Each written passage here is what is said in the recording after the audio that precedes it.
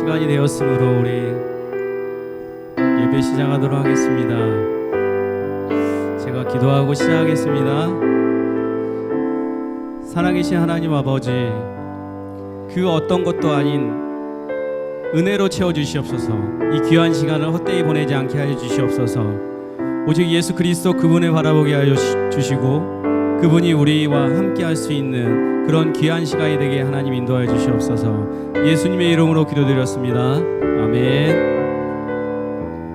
우리 옆사람과 인사하기 원하는 잘 오셨습니다. 매일 보시는 분이라고 하더라도 어색하지만 앞뒤 좌우를 보면서 인사하십시다. 사랑하고 축복합니다. 사랑하고 축복합니다. 주님의 이름으로 사랑하고 정말 축복합니다. 그렇습니다. 우리 가운데 그 하나님을 기대하고 소망하십시다. 특별히 우리 찬양 가운데 기도 제목 가운데 분명히 만나주실 그분을 기대하십시다. 우리 찬양하겠습니다.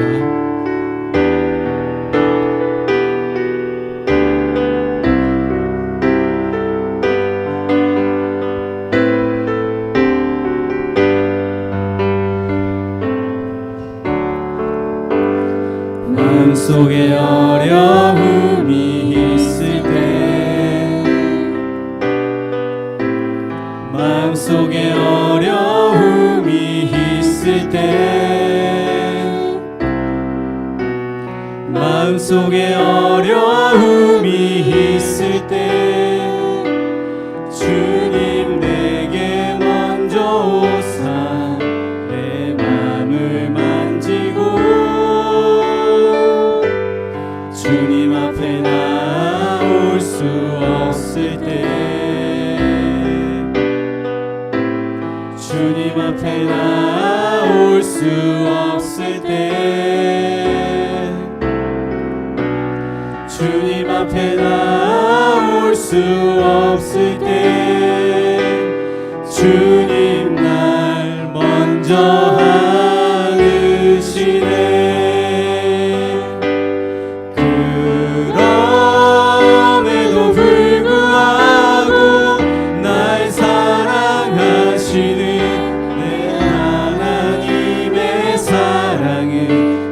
모든 걸 덮고 그럼에도 불구하고 날 안아주시는 내 하나님을 부를 때 아버지라 부르죠.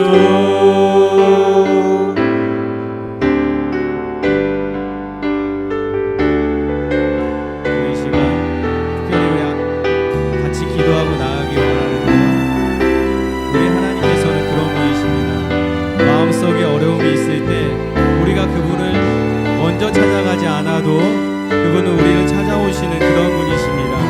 여러분 그분을 믿고 따르시기 바랍니다. 우리 이 시간 기도합시다. 내 안에 어려움이 있습니까? 하나님 그거 다 내려놓겠습니다. 오직 하나님만 바라보겠습니다. 하나님 그렇게 기도합시다. 특별히 내가 내려놓지 못하는 난공불락이라고 하는 헤브론 산지 같은 그런 것들이 있습니까? 그런 것들이 무엇인지는 모르겠습니다. 그러나 그 모든 것들 다 내려놓고 오직 하나님만 바라보겠다고 우리 이 시간 예배를 위해서 기도합시다.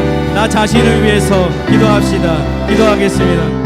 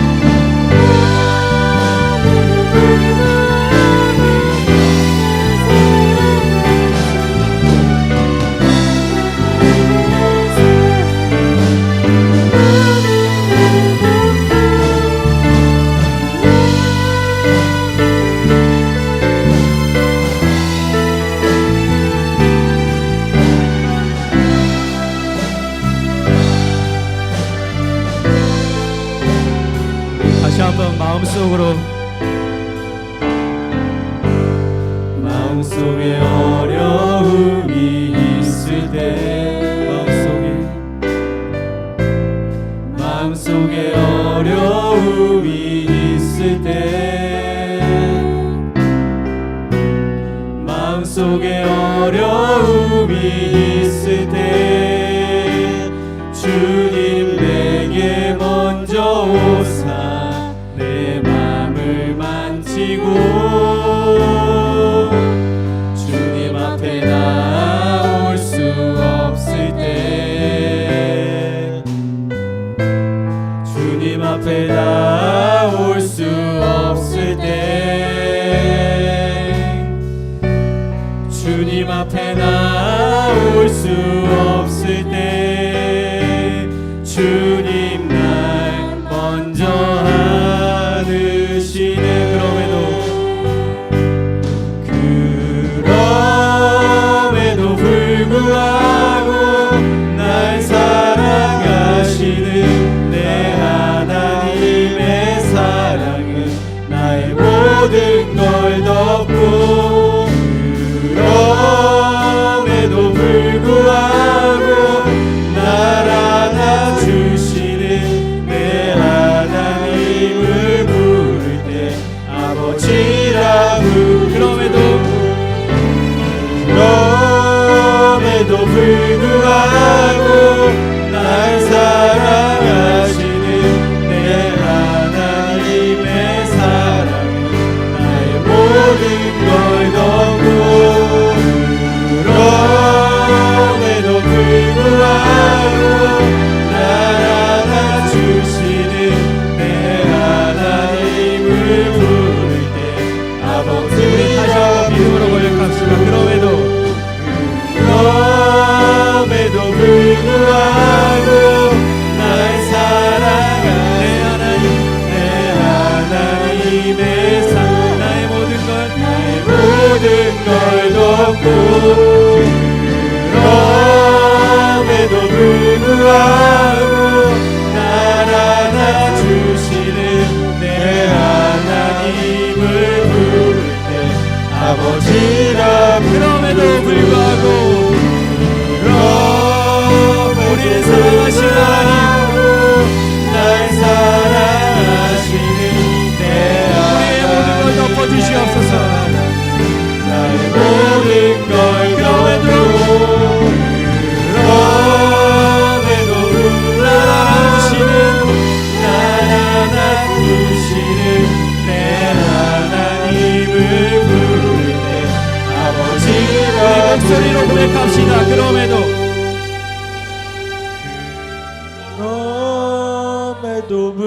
불구하고 날 사랑하시는 내 하나님의 사랑은 나의 모든 걸 덮고 그럼에도 불구하고 날 안아주시는 내 하나님을 부를 때 아버지라 그렇습니다. 우리 하나님은 그럼에도 불구하고 우리를 안아주시고 우리와 함께하여 주시고 우리가 아버지라고 부를 때 더 기뻐하시는 그런 분이십니다. 이 예배 가운데 우리가 그분을 그렇게 부릅시다. 하나님, 내가 아버지라고 부르겠습니다. 우리를 만져주시옵소서. 그렇게 고백합시다. 하늘 위의 주님밖에 우리 찬양하겠습니다.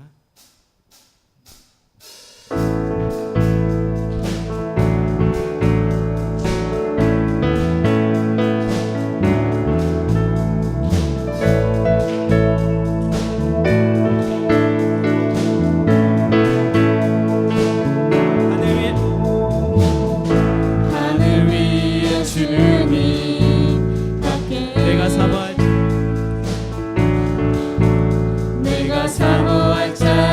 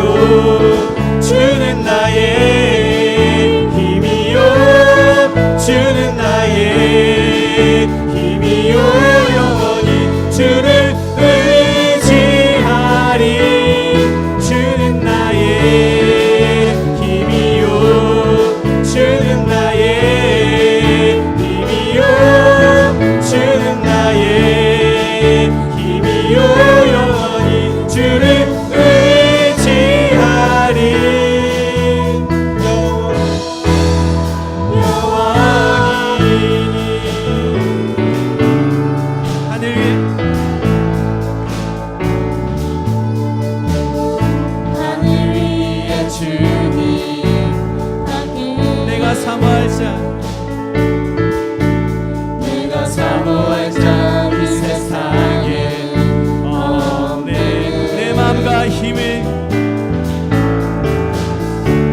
내 맘과 힘을 믿을 수 없네. 오직 한 가지 그 진리를 믿네. 주는 나의 힘이요, 주는 나의 힘이요, 주는 나의 힘이요. 영원히 주를 의지하리.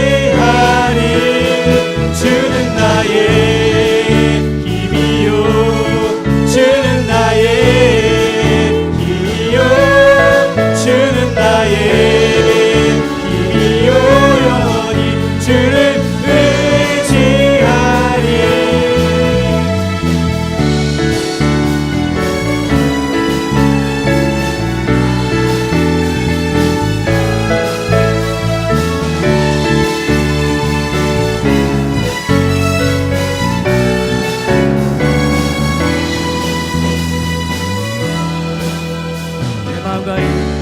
내 맘과 힘을 믿을 수 오직 한 가지 오직 한 가지 그 진리를 믿네. 내 맘과 힘을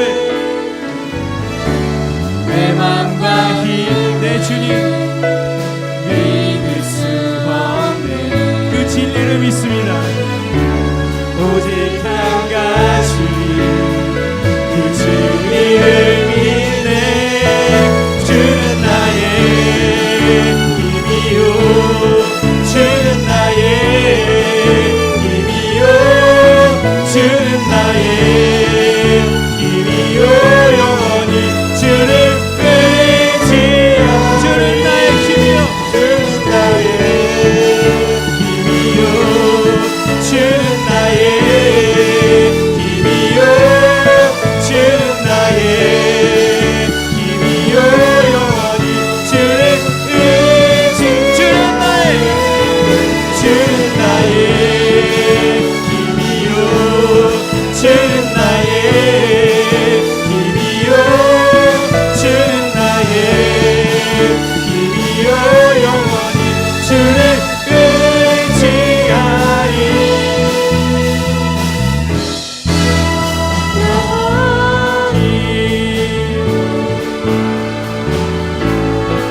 지금은 엘리야 때처럼 지금은 엘리야 때처럼 주 말씀이 선포되고 또 주의 종 모세의 때와 또 주의 종 모세의 때와 같이 언약이 성취되네. 비록 전쟁과 기근과 핍박 환난 날이 다가와도 우리는 광야에 외치는 소리. 주의 길을 예비하라. 보라, 주님 구름 타시고 나팔 불 때에 다시 오시네. 외치세 은혜의 니 시온에서 구원의 임하네. 에스겔의 환상처럼 마른 뼈가 살아나며 마른 뼈가 살아나며 또 주의 종 다윗의 때와 같이 예배가 회복되네. 추수할 때가 이르러 그 판은 이어졌네. 우리는 추수하리 그 되어 주 말씀을 선포라. 주님, 보라, 주님 구름 타시고 나팔 불 때 다시 오시네. 외치세 은혜의 니 시온에서 구원의 임하네.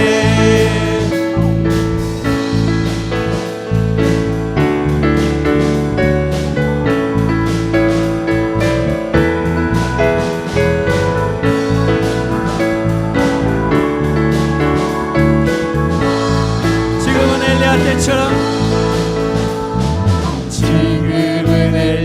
때처럼 주 말씀이 선포되고 주 말씀이 선포되고 주의 종 모세의 때와 같이 또 주의 종 모세의 때와 언약이 성취되는 언약이 성취되네.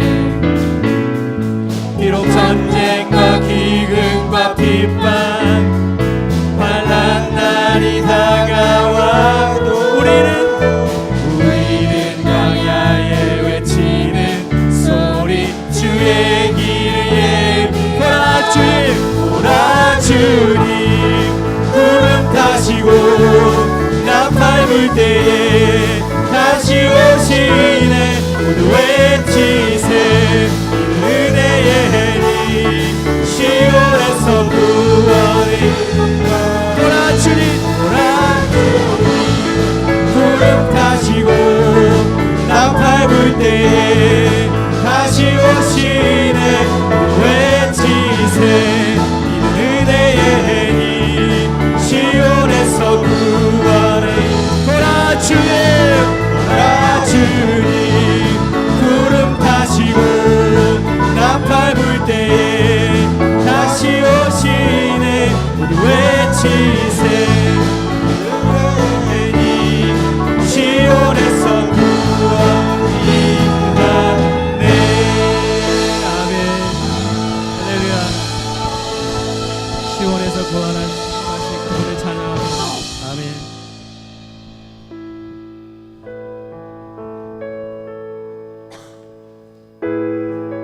우리가 기도하면 그분은 우리의 기도를 들어주시는 그런 분이십니다. 외치고 아랠 때마다 특별히 우리가 이 시간 같이 찬양이 원하는데요, 이 나라 이 백성을 위해서 같이 부르짖기 원합니다.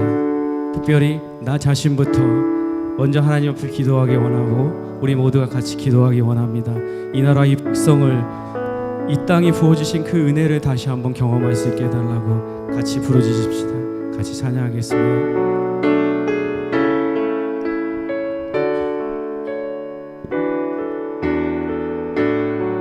나의 백성이 나의 백성이 겸비하여 내게 기도하며 나의 얼굴을 구하여서 그 악한 길 떠나며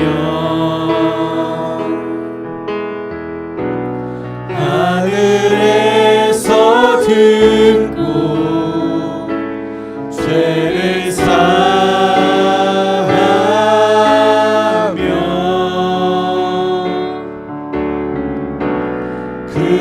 그들의 땅을 고치리라. 아버지여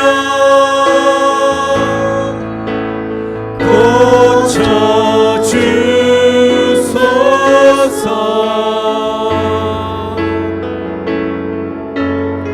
이 나라 주의 것 되게 하소서. 주 하나님 간절히 기도하오니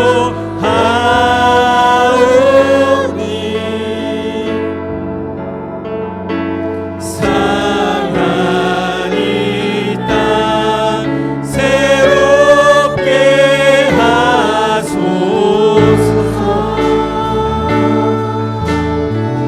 나의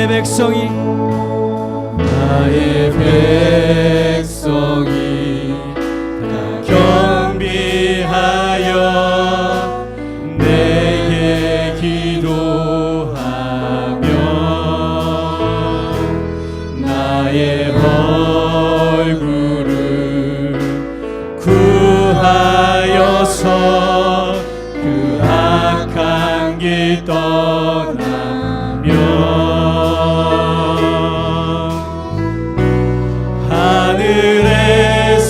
거듭고 죄를 사하며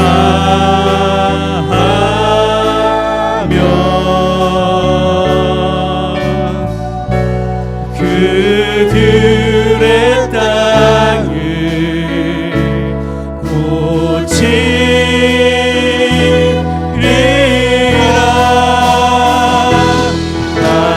아버지여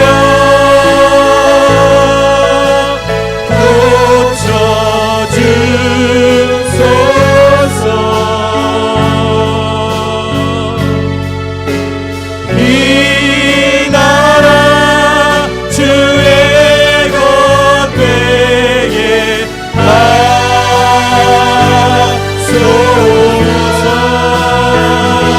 주 하나님 간절히 기도하오니 상한 이 땅 새롭게 하소서.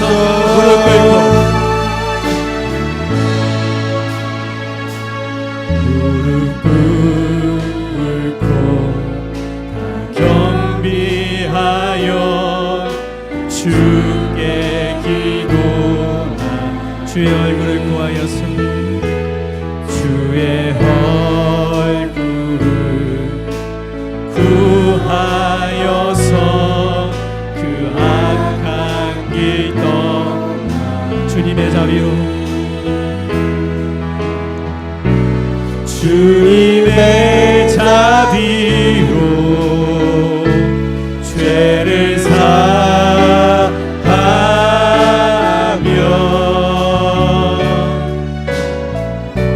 주님의 자비로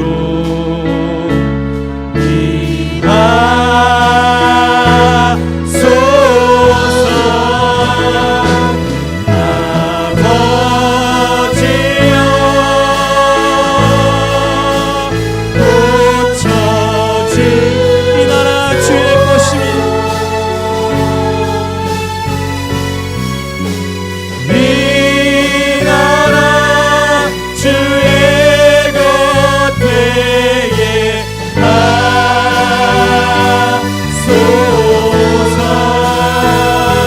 주 하나님 간절히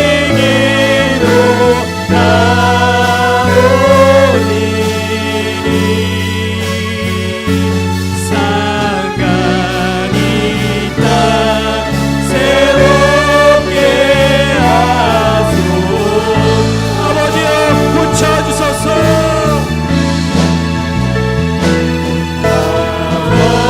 아버지여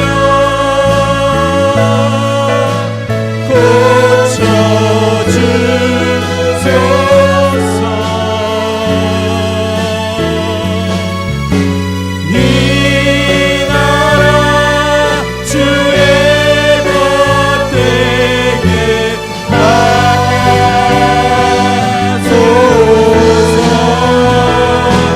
주 하나님 간절히 기도하오니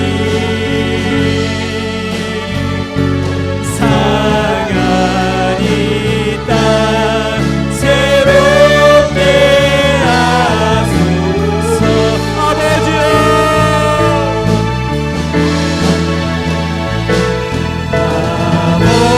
아버지여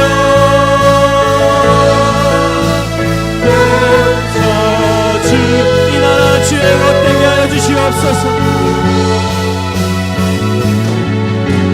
이 나라 주의 것 되게 주 하나님 우리 간절히 기도합니다. 하나님 간절히 기도하오. 상한 이 땅 새롭게 하여 주시옵소서. 상한 이 땅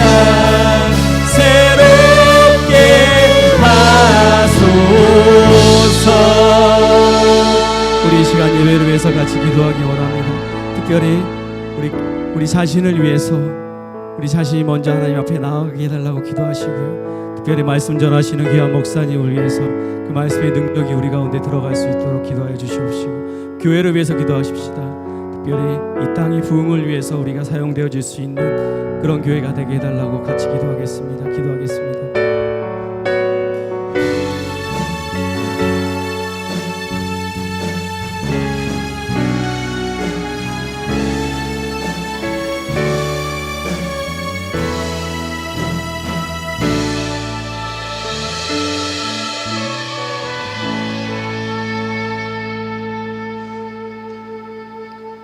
참 좋으신 하나님, 주님 지켜주셔서 한 주간도 잘 지내게 하신 감사합니다.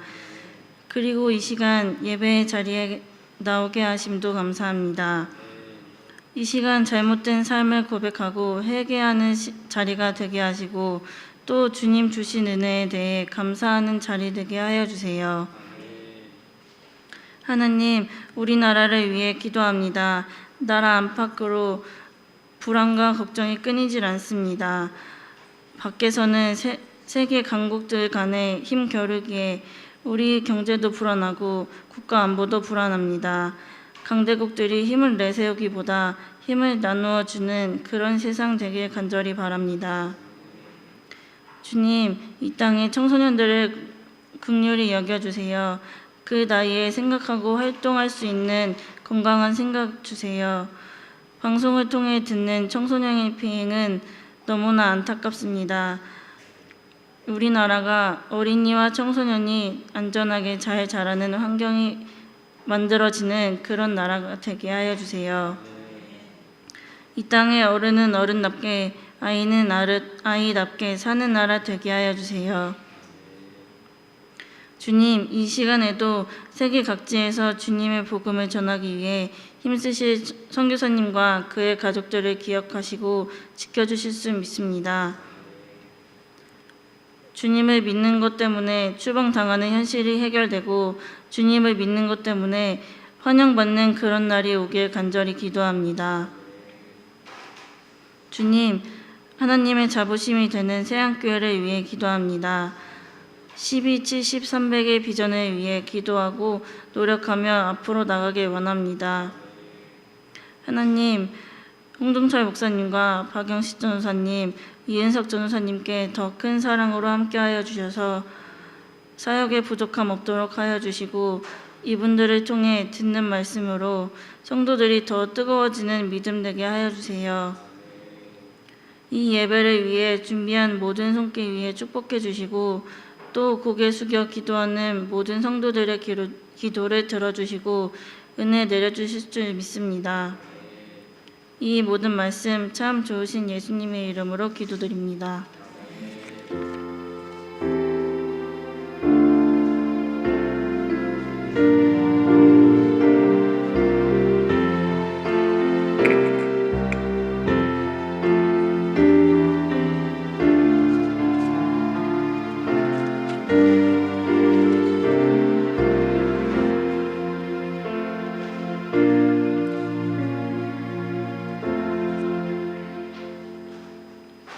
오늘 우리에게 주신 하나님 말씀은 다음 요한복음 6장 66절에서 68절 말씀입니다.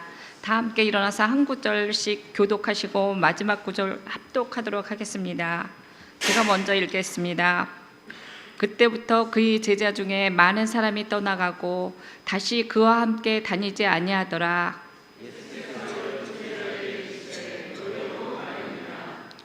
시몬 베드로가 대답하되 주여, 영생의 말씀이 주께 있사오니 우리가 누구에로 가오리까? 아멘. 이 시간 새로운 성가대가 나와서 찬양과 함께 준비하신 예물을 하나님께 드리기로 하겠습니다.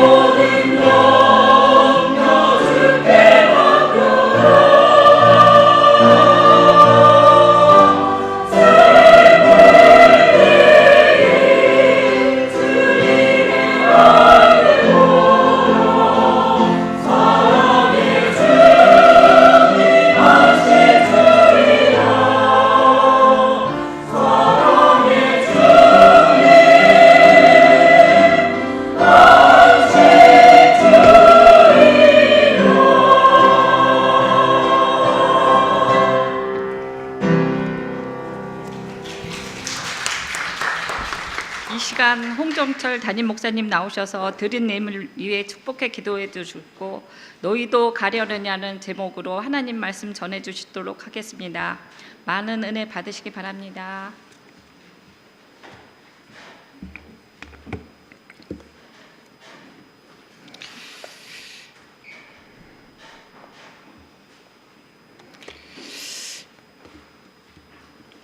밖에 날씨가 되게 좋은 것 같습니다.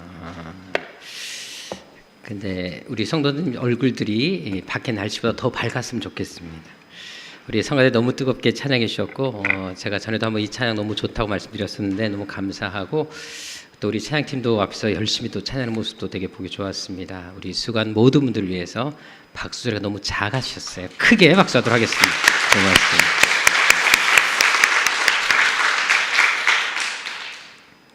드리신 예물 기도 제목 내신 분들 것만 제가 읽도록 하겠습니다. 지금까지 인도하시고 축복해 주신 주님을 찬양 감사합니다. 조카 김기환 프로 선수에게 은총을 내리소서. 우리 김명옥 권사님, 하나님께서 허락한 가정 믿음 안에 온전하게 갖고 가게 하시고 주님의 일꾼으로 자라게 하옵소서. 우리 최규현 노순영 부부, 주님의 은혜 감사드립니다. 홍연아 권사님, 주님 은혜 감사합니다. 우리 가족 믿음 안에서 늘 승리하게 하옵소서. 이종용 박송숙 부부, 주님의 은혜를 항상 감사하는 삶을 살 수 있도록 해주세요. 우리 김선영 자매님, 길을 보여주심 믿고 감사드립니다. 우리 김현주 자매님, 드린 예물 위해서 함께 기도하도록 하겠습니다. 한 주간 저희들의 삶을 인도하여 주옵시고 때마다 일마다 우리를 먹이시며 입혀주신 아버지 하나님, 이 시간도 그 은혜 감사하여 준비한 예물을 하나님께 올려드립니다. 많은 물질은 아니지만 그래도 저희들의 마음을 담아 드리오니 이 예물이 하나님께서 기쁘게 받으시는 산 제물이 되게 하여 주옵소서. 특별히 감사의 마음을 담아 드린 감사 예물이 있습니다. 또한 어려운 가운데에서도 그래도 말씀에 순종하여 11조를 드린 손길들이 있습니다. 또한 주일원금과 손경금과 기도하는 마음으로 드린 여러 예물들이 있사오니 주님께서 모든 물질들 위에 복의 복을 더하여 주셔서 하는 일마다 잘 되게 하여 주옵시고 하늘의 신령한 축복과 땅의 기름진 축복이 늘 넘치게 하여 주옵소서. 또한 어디를 가든지 하나님이 임마누엘로 함께하여 주셔서 늘 형통한 삶이 되게 하여 주옵시고 하나님의 살아계신 그 증거들이 끊이지 않게 하여 주옵시며 평생 동안 쓰고도 남음 있는 물질의 축복과 하나님 앞에 갈 때까지 눈이 흐리지 아니하고 기력이 쇠하지 않는 건강의 축복을 허락하여 주셔서 날마다 위로부터 내리는 영적인 축복이 저들의 생애 가운데 넘치게 하여 주옵소서. 특별히 교회를 깨끗하게 청소하며 아름답게 세워나가기 위해서 항상 시간을 드리고 마음을 들이며 정성을 들인 귀한 손길들이 있습니다. 교회 학교와 성가대와 찬양대로 식당 봉사와 안내와 차량 봉사로 늘 애쓰는 손길들이 있습니다. 그들 한 사람 한 사람의 주님께서 크신 은총을 허락하여 주셔서 어디를 가든지 위험한 일 당하지 않게 늘 보호해 주옵시고 평생 또한 어떤 질병이나 악한 것들이 접근하지 못하게 막아 주옵시며 영혼이 잘되고 범사가 잘며 강건한 축복이 저들의 생애 가운데 늘 끊이지 않도록 복의 복으로 채워 주옵소서. 존귀하신 예수님의 이름으로 축복하며 기도드립니다. 아멘. 자, 우리 옆 사람과 인사하겠습니다. 당신은 지금 하늘에서 내려온 천사를 보고 있습니다.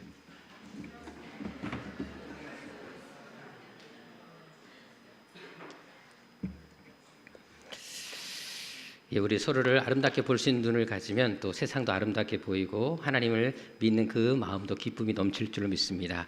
예, 저랑 함께 또 인사하도록 하겠습니다. 하나님을 여러분들 향한 놀라운 계획을 가지고 계십니다. 아멘. 감사합니다. 전에 교회에서 학생들과 함께 무전 전도 여행을 하기 위해서 정동진에서 남해까지 차를 히치하이킹해서 얻어 타고 이동한 적이 있었습니다. 근데 이제 포항쯤에 갔었을 때 한 아주머니께서 우리 조를 태워 주셨습니다. 근데 그분이 절을 가시는 그 와중에 우리를 보고 태워주신 것이었는데요. 그분과 대화를 하면 참 마음이 아팠던 것은 지금 절에 가시는 길이지만 얼마 전까지만 해도 정말 교회 독실한 크리스찬이었다라고 얘기하는 것을 들었습니다. 교회 학교 교사로 봉사하셨고 또 수예배부터 시작해서 새벽 예배까지 빠지지 않을 정도로 아주 착실하게 교회를 잘 다니셨던 분이셨는데 이제 갑자기 사업이 망했다고 합니다. 큰 식당을 운영하시던데 그 식당이 망하고 또 거기 병까지 들어서 그래서 결국은 교회를 그만두시고 절에 가게 됐다라는 얘기를 하셨습니다. 특별히 이제 우리가 내리는데 밥 굶지 말라고 2만 원까지 챙겨 주시더라고요. 그렇게 좋은 분이 이렇게 또 교회를 떠났다는 사실에 정말 안타깝기 그지 없었습니다. 사실 사람들에게 전도를 하다 보면은 사람들 중에 종종 그런 얘기를 하는 분들이 있습니다. 예전에 나도 교회를 다녔다라는 분들이 있습니다. 근데 그분들이 교회를 떠난 이유를 이렇게 들어보면 크게 세 가지로 요약되는 것을 볼 수 있습니다. 한 가지는 사업이 망해서, 병들어서라고 하는 분들이 있고, 또 너무 사는 게 바빠서라는 분들이 있습니다. 그리고 또 교회 다니다가 시험에 들어서 교회를 떠났다는 분들을 만날 수가 있습니다. 물론 지금 교회를 다니거나 예수님을 믿는 그 자체도 중요합니다. 하지만 더 중요한 것이 무엇이겠습니까? 내가 왜 예수를 믿는지, 무엇 때문에 믿어야 하는지 그것을 아는 것이 더 중요하지 않겠습니까? 왜냐하면 그것을 바로 이해하느냐 못하느냐에 따라서 우리의 신앙생활의 태도는 달라질 수밖에 없기 때문에 그렇다라는 것입니다.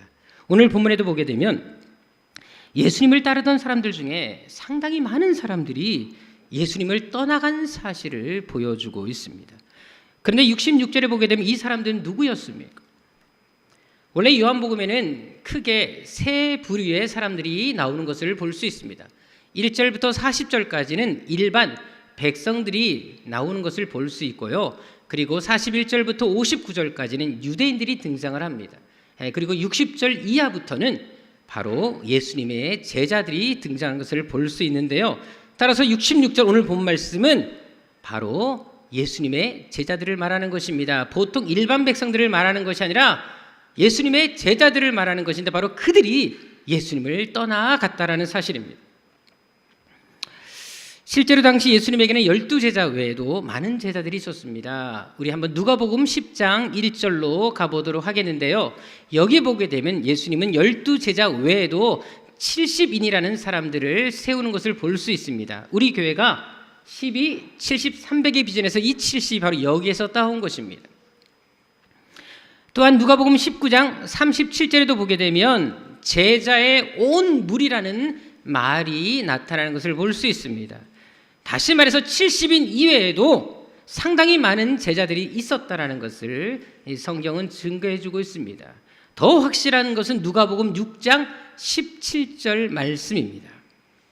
자, 여기에 보면 그 제자의 많은 무리라는 표현이 나와 있습니다. 자, 그런데 뒷부분을 잘 주목해 보시기 바랍니다. 이 사람들과 함께 또 어떤 사람들이 있었다? 많은 백성들이 있었다라고 하면서 예수님의 제자의 무리와 일반 백성들을 구분하는 것을 볼 수가 있습니다. 이것은 당시 병고침을 받기 위해서 찾아오는 일반 백성도 있었지만 늘 예수님이 가는 곳곳마다 예수님과 함께했고 예수님과 함께 동역했고 사역했던 제자들이 상당히 많았음을 이야기를 하는 것입니다. 따라서 오늘 본문에 예수님을 떠난 사람들은 바로 이 제자들을 말합니다. 오늘날로 말하면 바로 교회 열심히 다니던 성도, 직분자들이 상당수가 교회를 떠났던 것을 말하고 있는 것입니다. 제가 얼마 전에 이제 총회 우리 교단 연합 집회를 인도하러 간 적이 있습니다. 근데 그곳에 이제 집회하러 가게 되면 이제 총회에 계신 임원들, 어른들을 참 많이 만나게 됩니다. 근데 그분들이 만날 때마다 늘 하는 하소연이 있습니다. 목사님, 앞으로 한국교회가 좀 걱정이 됩니다 하는 이야기들입니다. 실제로 우리 한국에 특히 우리 교단만 하더라도 주일학교 부서가 없는 교회가 50%나 된다는 얘기를 하십니다. 그만큼 젊은 아이들이 그리고 젊은 학생들이 교회를 다니지 않는다는 것입니다. 또 다니더라도 교회를 떠난다는 것이지요. 그럼 어떻게 그럼 이렇게 아이들이 줄어들고 있는 것일까요? 왜 이런 결과가 나타나는 것일까요? 물론 저출산이 한몫도 것은 사실입니다. 하지만 젊은 부부들을 비롯해서 30, 40대에 한참 일할 사람들이 교회를 떠났기 때문에 그런 결과가 주어지는 것입니다. 실제로 한국교회 교인 통계를 보게 되면 갈수록 줄어드는 것을 볼 수가 있습니다. 그런데 놀라운 것은 이런 현상이 예수님이 사역하시던 그 당시에도 똑같이 일어나고 있었다는 사실입니다. 실제 오늘 보면 66절을 보십시오. 지금 몇 명의 제자들이 떠나고 있습니까? 소수가 떠난 것이 아니라 다수가 떠났다라는 사실을 증거해 주고 있습니다. 특히 67절을 보게 되면 12명의 제자들을 제외하고는 다 떠났던 것을 알 수 있습니다. 더구나 이 제자들은 얼마 전에 무엇을 경험했습니까? 오병이어의 기적을 경험했던 사람들이었습니다. 예수님이 떼어주신 그 떡과 그 생선을 직접 받아 먹었던 사람들이 이들이었다는 것입니다. 그런데 그 놀라운 기적을 직접 경험했음에도 불구하고 이렇게 떠난 것을 보시라는 것입니다. 그렇다면 이들이 왜 떠난 것일까요? 왜 이렇게 기적까지 보고서도 이미 예수께서 수많은 기적들, 병자를 고치고 죽은 자도 살리는 기적들을 봤음에도 불구하고 심지어 작은 떡에서 2만 명의 사람들이 먹는 그 기적을 봤음에도 불구하고 왜 이렇게 쉽게 예수를 떠나는 것이겠습니까? 60절, 61절에 나와 있는 것처럼 예수님의 말씀이 걸림이 되었기 때문에 그렇다라는 사실입니다. 여기 60절에 여럿이라고 나와 있는 말을 주목할 필요가 있습니다. 우리 성경에는 적은 숫자로 표현되어 있습니다. 하지만 원어 성경에는 많은 무리라고 나와 있습니다. 실제로 66절에 보게 되면 많은 사람이라는 말이 나와 있지 않습니까? 이 단어와 여럿이라는 말이 동일한 단어입니다. 그만큼 많은 제자들이 예수님의 말씀을 받아들이지 못하고 있었다는 사실입니다. 그렇다면 이들에게 왜 말씀이 걸림이 되었던 것일까요? 왜 말씀을 받아들이지 못한 것일까요? 원래 이들이 예수님을 따랐던 이유가 26절에 나와 있습니다. 26절에 보게 되면 그들이 예수님을 따랐던 목적, 이유를 말씀하고 있는데 거기에 보게 되면 그들은 바로 예수님을 따랐던 이유가 바로 배불리 먹기 위해서 따랐다라는 사실을 이야기를 하고 있습니다. 바로 자신들의 필요를 채워줄 것이라고 기대했기 때문에 예수님을 열심히 따랐다라는 것입니다. 그래서 24절과 25절에 보게 되면 부지런히 예수님을 찾으러 다닌 것도 바로 그 이유 때문에 하는 사실을 우리는 알 수가 있습니다. 그런데 이제 또 예수님께서 어떻게 하고 계십니까? 어제는 떡과 생선을 주셨습니다. 그런데 오늘은 줄 마음이 없으십니다. 자신들이 원하는 것을 어제는 주셨는데 오늘은 주시지 않고 있습니다.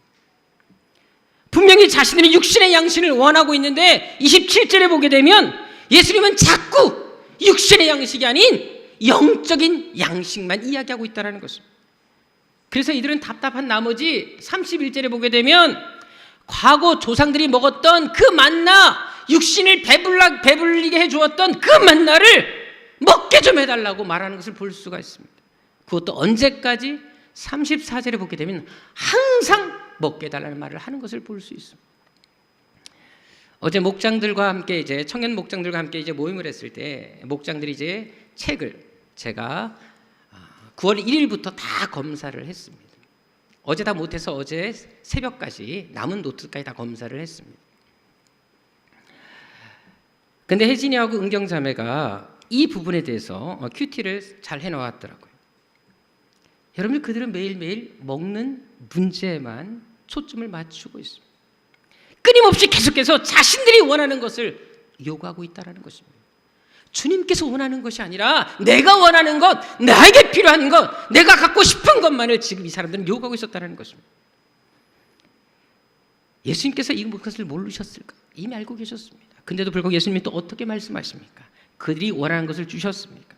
35절에 나와 있는 것처럼 예수님은 눈치 없게도 계속 영적인 양식, 생명의 떡에 대해서만 이야기하는 것을 볼 수가 있습니다. 한마디로 지금 제자들이 원하는 것과 예수님이 원하시는 것이 달랐다는 것입니다. 그래서 제자들은 자신들이 원하는 것을 주시지 않는 그 예수님이 못마땅했던 것입니다.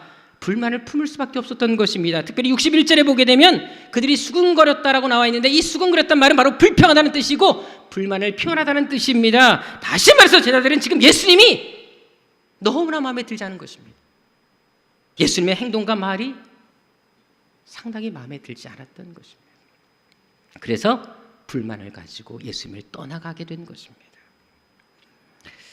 어제 한 칼럼에서 이런 글을 보았습니다. 한 어머니가 두 아들을 위해서 핫케이크를 만들어 주려고 열심히 요리를 하셨다고 합니다. 그러니까 두 아이가 와서 그 핫케이크를 먹으려고 기다리고 있었습니다. 학회가 조그마하니까 먼저 작은 걸 하나 먼저 내놨다 그래요. 그러니까 서로 먹겠다고 기다리면 또 다음 것도 줄 건데 두 아이가 서로 형 동생이 싸우더라는 것입니다. 그래서 엄마가 이번 계기를 통해서 아이들한테 희생과 섬김이 뭔지에 대해서 알게 해주고 싶어서 아이들한테 이렇게 말을 했다고 합니다. 만약 예수님께서 이 자리에 계셨다면 나는 나중에 먹어도 되니까 내 형제들로 하여금 먼저 먹게 하라 라고 하셨을 거야 라고 얘기하셨습니다. 이 말을 듣자마자 형이 바로 동생한테 이렇게 얘기했습니다. 야, 네가 예수님 해. 사실 우리는 예수님을 믿을 때 우리에게 필요한 것이 채워지길 원합니다. 그리고 그것이 채워져야 그때야 비로소 예수님을 따르는 마음이 생긴다는 것입니다. 실제로 사람들이 주로 하는 말이 무엇입니까? 하나님, 나에게 좋은 직장 주시면 하나님께 헌신하겠습니다. 나에게 건강 주시면 하나님 앞에 충성하겠습니다. 나에게 물질의 복을 주시면 선교도 하고 11조도 드리겠습니다. 오늘 본문에 떠나가는 자들의 모습이 바로 이런 모습이었다는 것입니다. 그들의 믿음에는 항상 조건이 따라붙었습니다. 그래서 나름 열심도 있었고 기적도 체험했지만 자신들이 기대하는 것이 채워지지 않자, 자신들이 원하는 것이, 요구하는 것이 이루어지지 않자 주저없이 예수님을 떠나게 된 것입니다. 하지만 이들과 달리 남아있는 제자들은 어떻습니까? 지금 상당히 많은 제자들이 떠나고 있는 중이었습니다. 그것도 한두 명이 떠난 것이 아니라 대부분의 사람들, 상당히 많은, 거의 모든 사람들이 떠나고 있었습니다. 게다가 지금 이 떠나가는 사람들은 누구였습니까? 제자들이었다는 것은 함께 공동체에서 신앙생활을 했던 사람들을 말하는 것입니다. 틀림없이 이들 중에는 아주 친한 사람들도 있었을 것입니다. 함께 평생을 동역해왔던 사람들도 있었을 것입니다. 심지어 친척과 가족들도 있었을 것입니다. 그렇다면 이렇게 지금 다 떠나가는 분위기에다가 떠나가면서 또 예수님께 한마디씩 불평을 쏟아내고 있습니다. 그렇다면 이런 분위기, 이런 와중에 그냥 조용히 그 소수의 사람들이 예수님 곁에 남아있는다는 것이 과연 쉬운 일이었겠습니까? 틀림없이 여기 있는 소수의 제자들은 예수님 곁에 남아있음으로 인해서 다수의 떠나가는 사람들로부터 손가락질을 당했을 것이며 한심하다는 말을 들었을 것입니다. 틀림없이 떠나가는 사람들과 관계도 깨어지는 경우도 생겼을 것입니다. 그런데도 이 제자들, 가룟 유다를 제외한 11명의 제자들은 그래도 자리를 지키고 있습니다. 예수님 그 곁에, 그 자리에 머물러 있었다는 것입니다. 여러분들이 잘 아는 대로 지난주 제가 월요일부터 목요일 저녁 늦게까지 대구에서 집회를 인도하고 왔습니다. 근데 집회 시간이 가서 알았는데 밤 9시더라고요. 저도 이렇게 많은 집회를 인도해봤지만 특히 어른 집회를 인도해봤지만 9시는 처음 해봤습니다. 알고 보니까 이게 기도이다 보니까 이곳저곳에 오는 사람들을 생각해서 직장 끝나고 오는 사람들을 생각해서 집회를 9시에 준비하셨더라고요. 그러니까 집회 시간이 거의 12시 돼서 끝났습니다. 저도 사실 많이 피곤했습니다. 더구나 대상을 보니까 기도이라 그랬을지 몰라도 애들까지 데려오신 거예요. 심지어 제가 이제 대구에서 워낙 집회를 많이 하다 보니까 이미 저를 알고 있는 분들이 계셨는지 제가 온다는 소식 듣고 오신 분들도 제법 계셨습니다. 그래서 초등학생부터 어른들까지 특별히 노인들이 상당히 많더라고요. 그래서 여러분 결국 말씀을 다시 싹 준비하게 됐습니다. 대상이 너무나 다양했고 청년들이 중심이 아닌 어른들이 중심이었기 때문에 새롭게 말씀을 다시 준비하느라고 저는 더구나 설교 준비할 때 PPT로 준비하기 때문에 집회 때는 정말로 시간을 쪼개가면서 밥 먹는 시간도 줄여가면서까지 숙소에서 나오지 않고 집회 시간 외에는 집회 말씀만 준비했습니다. 근데 놀라운 것은 정말 중요한 집회를 앞두고 10분 전에 노트북이 고장이 나버렸습니다. 다 만들어놨는데 날아가 버렸습니다. 너무 은혜스럽지 않습니까? 그래서 간신히 노트북은 이제 다시 에러를 잡았지만 이미 자료 다 날아간 상태였습니다. 그래서 10분 만에 옛날에 했던 것들 다시 긁어와서 막 급하게 수정해가지고 집회하러 또 간 적도 있었습니다. 그래도 여러분들 그 설교 준비를 다시 하느라고 제가 4일 중에 이틀을 꼬박 밤을 새웠습니다. 한숨도 자지 못하고 거의 밤을 새다시피 하고 말씀을 준비했습니다. 그리고 가서 정말 열심히 말씀을 전했습니다. 그런데 집회 첫날부터 하나님께서 어떻게 일하신 줄 아십니까? 이번에 집회 참석하신 분 중에 수년 동안 이분은 눈에 고름이 계속 나오시는 거예요. 그래서 이분은 밖에 외출하는 걸 되게 힘들어하시는 분이셨습니다. 그래서 항상 화장지를 들고 다니시더라고요. 집회 때도 보니까 화장지를 옆에 놓으시고 집회 참석하셨습니다. 왜? 눈에서 계속 고름이 흘러나오니까 계속 닦으면서 예배를 드리시는 분이십니다. 그러니까 얼마나 힘드시겠어요. 여러분들, 만약 여러분들 중에 눈에서 지금 매일매일 고름이 나와서 가만히 앉아 있을 수 없다면 과연 이 주일날에도 예배 나오기 과연 쉽겠습니까? 더구나 이 할머니는 주일 예배도 아닌 평일 부흥회였습니다. 그렇다면 당연히 나올 이유가 없지 않겠습니까? 얼마든 집에서 쉴 수 있는 상황이었습니다. 그런데 그 할머니께서 그런 마음을 가졌답니다. 그래, 말씀이 중요하지, 은혜 받는 것이 중요하지, 내 불편한 것이 뭐가 중요하겠나 싶어서 첫날부터 예배 참석하셨습니다. 예배 시간에 화장지를 놓고 예배를 참석하셨습니다. 근데 중요한 것은 첫날 집회를 마치고 통성기도하는 시간에 놀란 일이 벌어졌습니다. 수년 동안 병원에서 고치지 못한 그 눈이 치유가 일어나기 시작했습니다. 놀랍게도 여러분들이요, 집회 첫날 이후부터 단 한 방울의 고름이 나오지가 않았습니다.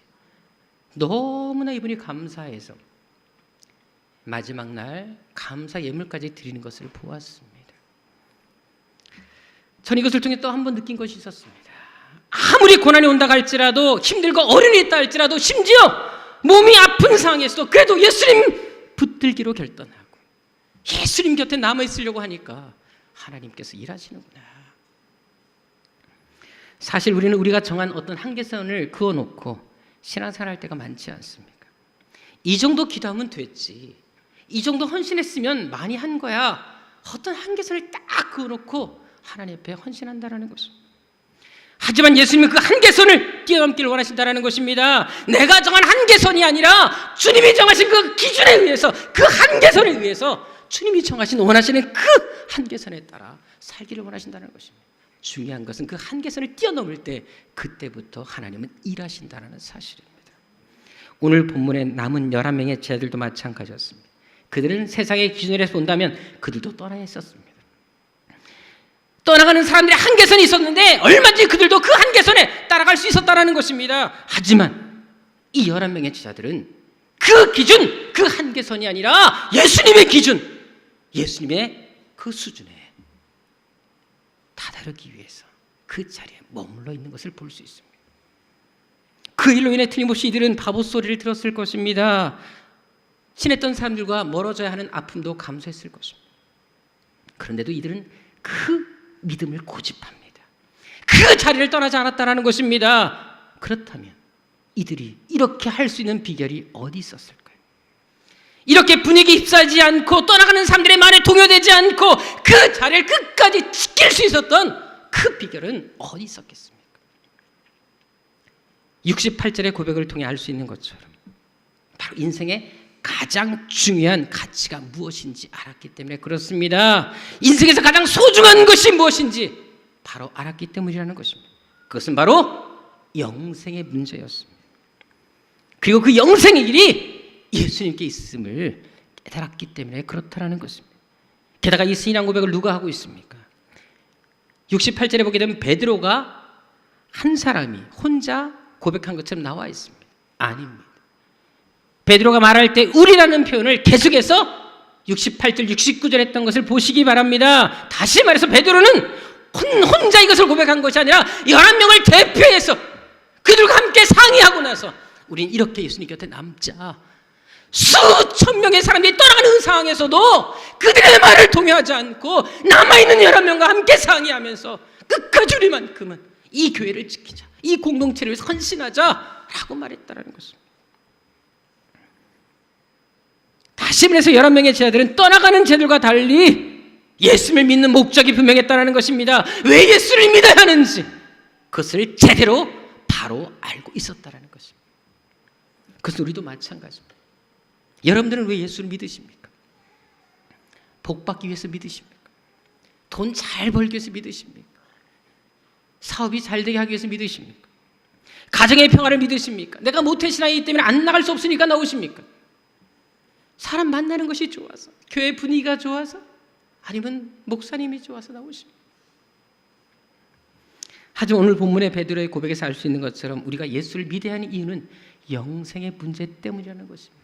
이 영생의 해답을 주님께서 지고 계시기 때문에 예수 외에는 결코 누구도 영생을 얻을 수 없기 때문에 11명의 자들은 그것을 깨닫고 예수님 곁에 머물기로 결단한 것입니다. 그래서 대부분의 자들이 세상의 행복을 찾아 떠나는 그 순간에도 그래도 동요되지 않고 그 자리에 남아 있을 수 있었던 것입니다. 그것은 저도 마찬가지입니다.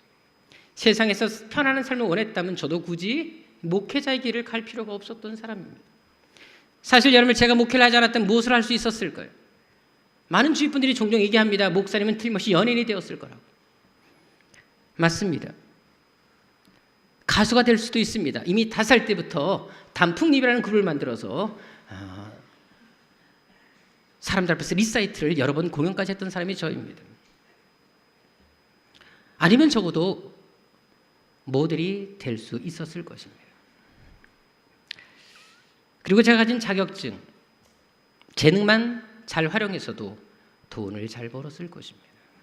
하지만 이 세상에 줄 수 없는 이 영생의 해답을 바로 예수님께서 가지고 계시다는 사실을 알았기 때문에 이 은혜를 사람들에게 전하고 싶어서 이 길을 가게 된 것입니다.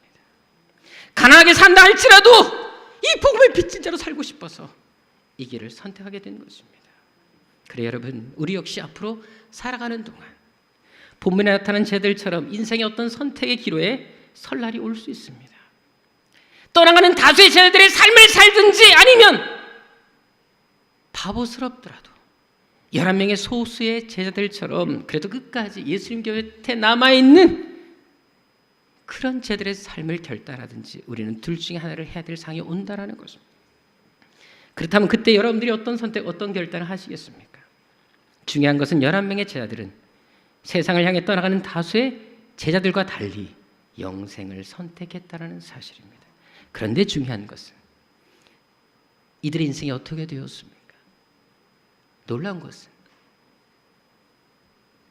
떠나가는 수천 명의 사람들의 이름은 성경 그 어디에도 찾아볼 수가 없습니다.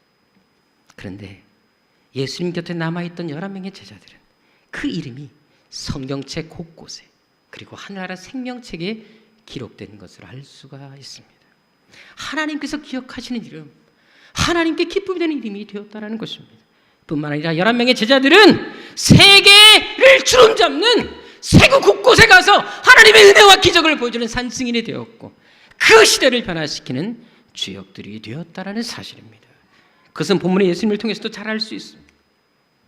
사실 그렇게 열심히 기적을 베풀어 주셨습니다. 말씀도 열심히 전하셨습니다. 그럼에도 불구하고 수많은 사람들이 지금 떠나가고 있습니다.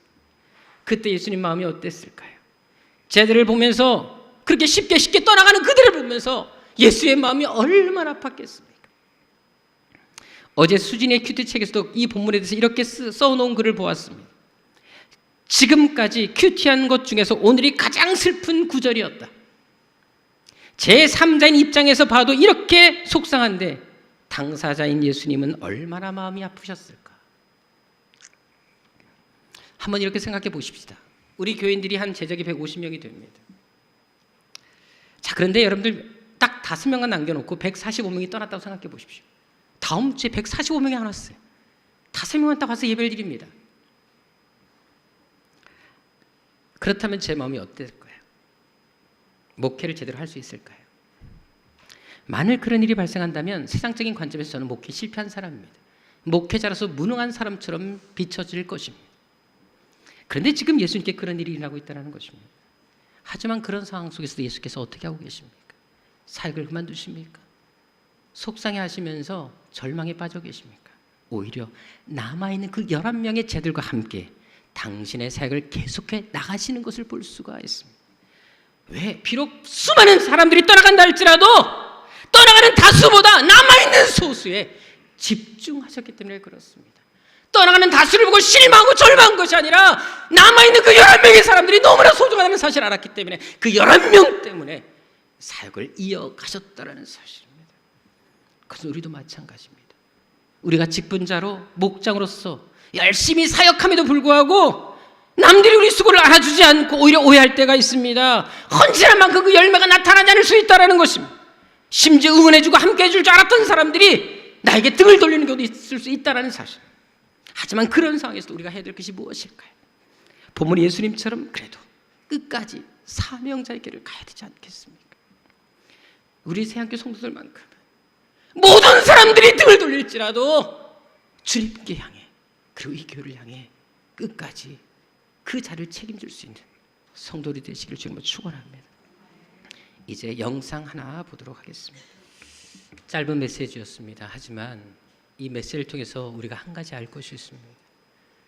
하나님 반드시 당신의 사람들을 책임지신다는 사실입니다. 왜 우리가 쉽게 동요되고 왜 하나님을 떠나게 됩니까? 하나님께서 반드시 함께 하실 것에 대한 확신이 없기 때문에 그렇습니다. 예수님께서 마찬가지셨습니다. 예수님께서도 그 많은 사람들이 떠나갔을 때 실망하셨겠지만 하지만 소수의 사람들을 보고 그래도 하나님을 바라보았기 때문에 그 사역을 감당할 수 있었고 결국 십자가에서 승리할 수 있었다는 것입니다. 그것은 우리도 마찬가지입니다. 우리가 예수를 믿어도 고난이 없는 것은 결코 아닙니다. 오히려 더 큰 고난, 더 큰 환난, 더 큰 어려움에 직면할 수 있다는 것입니다. 하지만 그런 상황 속에서도 우리가 끝까지 붙잡을 것이 무엇일까요? 우리가 그 속에서 결단해야 될 것이 무엇이겠습니까? 분명한 것은 예수님께서 제자들에게 하셨던 것처럼 그때 우리에게도 동일하게 다음과 같이 질문하실 것입니다. 너희도 가려느냐? 너희도 가려느냐? 그때 여러분들은 어떻게 대답하시겠습니까?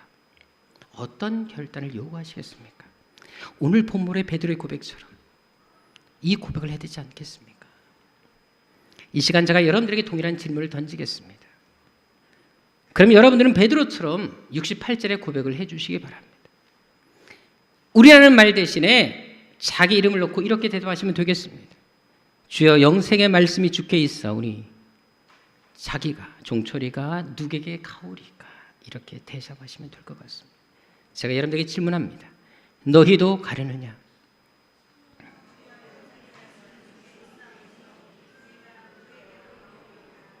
이렇게 약하게 대답하셔서 결단하실 수 있겠습니다. 다시 묻겠습니다. 너희도 가려느냐?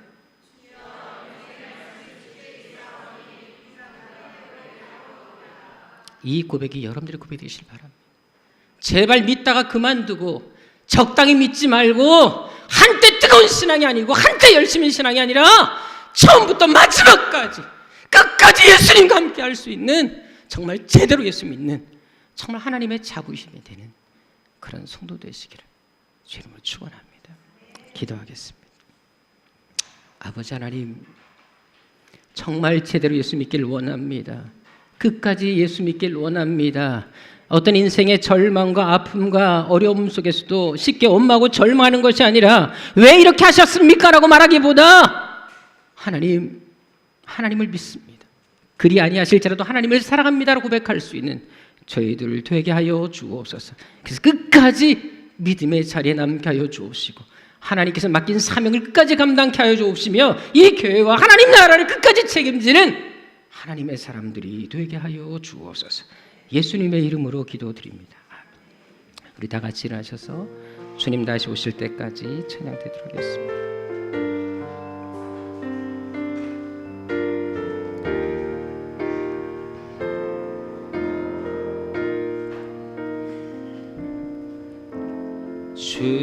주님 다시 오실 때까지 나는 이 길을 가리라.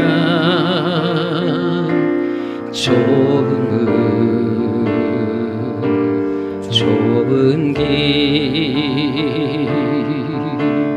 나의 십자가 지고 나의 가는 길 끝에서 나는 주님을 보리라.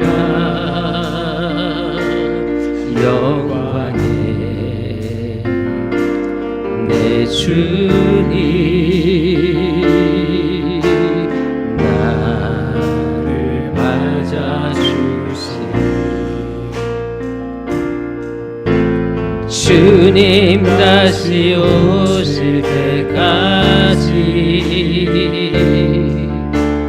나는 일어나 달려가리라. 주의 영광 온다 높을 때 나는 일어나 노래하리. 내 사모하는 주님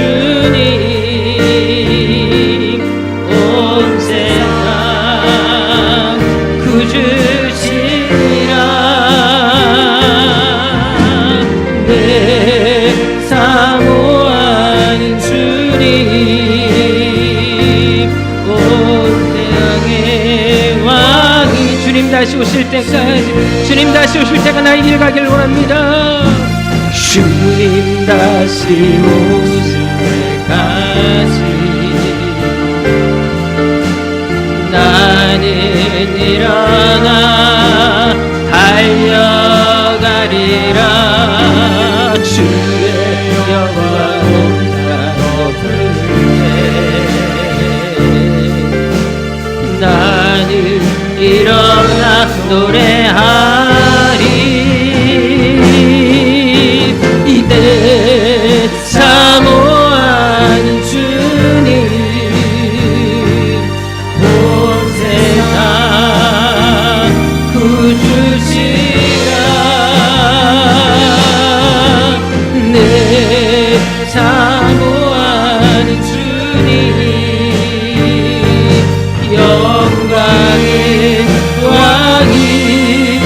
왕이시라. 특별히 이 시간 기도할 때 찬양의 가사처럼 어떤 상황에서도 주의 길 가게 하여 주옵소서. 주님 다시 오실 때까지 이 신앙 붙잡고 살게 하여 주옵소서. 인생의 어떤 문제에 시련이 온다 할지라도 그럼에도 불구하고 힘들수록 아플수록 끝까지 믿음을 지키게 하여 주옵시고 주님 곁에 머무르는 삶이 되게 하여 주옵소서. 조건적으로 예수 믿지 말게 하여 주옵소서. 내 한계선을 그어놓고 섬기지 말게 하옵소서. 비록 바보 소리를 듣는다 할지라도 그래도 죽도록 충성하며 끝까지 주의 길 가는 삶이 되게 하여 주옵소서. 그래서 나도 11명의 자들처럼 영생을 소유하며 하나님께서 기억하신 이름 존귀자의 이름처럼 그렇게 쓰임받는 인물이 되게 하여 주옵소서. 이 시간 여러분 자신과 신앙의 결단을 위하여 간절한 마음으로 주의 손을 외치고 기도하도록 하겠습니다. 주여 주여 주여. 아버지 하나님 간절한 마음으로 기도하기를 원합니다. 그렇게 하나님 앞에 결단하기를 원합니다. 아버지 하나님 이 땅을 살아가면서 쉽게 절망하고 좌절하지 말게 하옵소서. 끝까지 우리를 책임지시는 하나님 믿고 의지하며 살게 하여 주옵소서. 적당히 믿는 사람 되지 말게 하옵소서. 한때 실하게 되지 말게 하여 주옵소서. 아버지 하나님 정말 충성하되 죽도록 충성하는 저희들의 삶이 되게 하여 주옵소서. 처음부터 마지막까지 아름다운 삶이 되게 하여 주옵소서. 하나님께서 우리에게 요구하시는 것이 무엇인지를 깨닫게 하여 주옵소서. 한계선을 긋지 말게 하여 주옵소서. 끝까지 주님 오실 때까지 이 길 걸어는 하나님의 사람 당신의 사람 될 수 있도록 우리 아버지 하나님 지켜주시고 함께하여 주옵소서. 이 시간 우리 교회를 기도하도록 하겠습니다. 하나님이 세우신 이 교회 반드시 하나님 책임져 주옵소서. 수많은 사람들에게 하나님의 살아계신 증과 역사와 기적을 보여주는 기적의 통로가 되게 하여 주옵소서. 특별히 세안교회 세우신 직분자들 목장들을 통해 이 역사가 나타나게 하여 주옵소서. 우리가 기도하는 것처럼 12, 70, 300 비전이 있습니다. 반드시 이 비전이 이루어지게 하여 주시되 여기는 우리 성도들 통해 이 비전이 성취되게 하여 주옵시고 우리 살아생전에 그것이 응답되는 것을 눈으로 목도하게 하여 주옵소서. 우리를 사용하여 주옵소서. 우리를 써 주옵소서. 우리에게 이것을 감당할 만한 믿음과 물질과 결단을 허락하여 주옵소서. 이 시간 우리 교회 비전을 위하여 간절한 마음으로 주여 세번 외치고 기도하도록 하겠습니다. 주여 주여 주여. 아버지 하나님 우리의 비전 하나님 반드시 이루기를 원합니다. 이것이 우리의 것이 되기를 원합니다. 우리 살아생전에 우리 눈으로 우리를 통해 이뤄가고 성취되는 것을 보게 하여 주옵소서. 아버지 하나님이 살아있는 성도들 통하여 이 세안교회 통하여 하나님 주관의 영혼들이 주 앞에 도는 역사 나타나게 하여 주옵시고 하나님 알지 못하는 수많은 영혼들이 하나님 하나님 궤도는 역사 나타나게 하여 주옵소서. 기적의 통례봄의 통로 사용하여 주옵소서. 우리 성도를 사용하여 주시고 우리 목장들을 사용하시고 우리 직분자들을 사용하여 주시고 이 교회를 사용하여 주옵소서. 아버지 날마다 우리가 하나님 말씀 안에 믿음 안에 거하게 도와주옵소서. 열정 두고 하나님을 섬기게 하여 주옵소서. 그래서 하나님 정말 위대한 하나님의 사람들, 능력의 사람들이 되게 하여 주옵소서. 아버지 하나님, 이 솔만 드리는 찬양의 고백이 되지 말게 하여 주옵시고 이 고백 우리 평생의 결단이 되게 하여 주옵소서. 아버지 하나님, 수많은 사람들이 예수를 믿다가 떠나갑니다.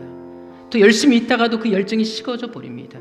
어느 순간부터 세상에서 편안한 것을 추구하며 그렇게 사는 것이 하나의 모델이 되고 말았습니다. 죽도록 충성하는 것은 바보처럼 보이고 교회를 위해 주님을 위해서 시간과 물질을 다 드리는 것이 왜 이렇게 어리석어 보이는지 모르겠습니다. 아버지 하나님, 잘못되어져간 한국교회, 아버지 우리 성도들의 잘못된 생각들을 예수의 보혈로 씻어 주옵시고 다시금 결단하게 하여 주셔서 아버지 하나님 말씀대로 그저 충성하고 죽도록 충성하며 그저 헌신하며 주님 곁에 머무르는 삶이 되게 하여 주옵소서. 조건적으로 하나님을 섬기지 말게 하여 주옵시고 때로 내가 병들지라도 사업이 망하고 내가 원하는 것도 이루어지지 않는다 할지라도 그럼에도 불구하고 그리 아니하실지라도 주님을 섬기는 사람들이 되게 하여 주옵소서.